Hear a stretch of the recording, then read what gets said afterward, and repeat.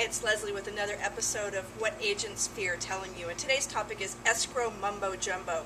Just like any other industry, the real estate business is fraught with terms that don't mean anything to anybody except if you're living through escrows on a day-to-day basis. So I thought I'd just give you a couple of them. The blog has a lot more detail, but let's just take a couple so that I'll just give you a sense of what this is all about. Okay, so something that we in the business hear every day is the appraisal came in at value.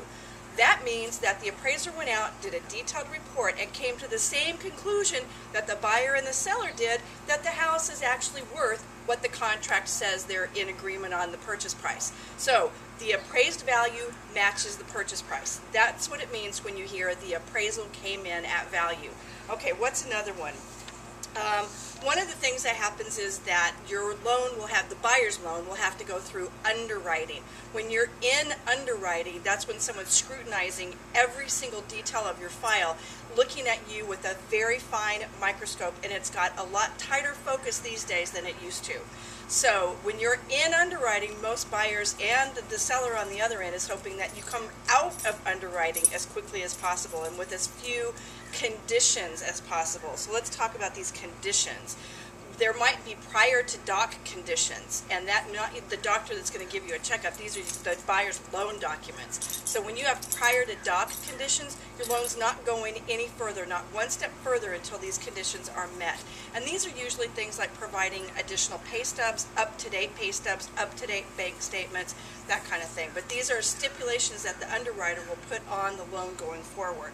They're also prior to funding conditions, meaning that your loan cannot be funded. The money cannot be given to you to purchase the house until this other set of conditions are met. And these are like hoops that the underwriter's asking you to jump through.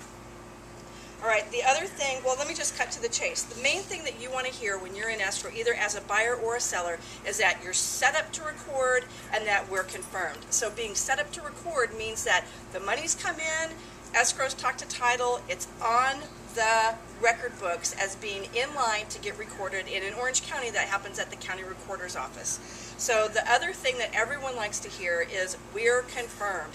That means it's confirmed at the county recorder's office. The transfer has happened. It's taken place. The grant deed has transferred from the seller to the buyer, and that marks the end of escrow. So this is Leslie, just giving you some insight into the jargon so that you can be informed.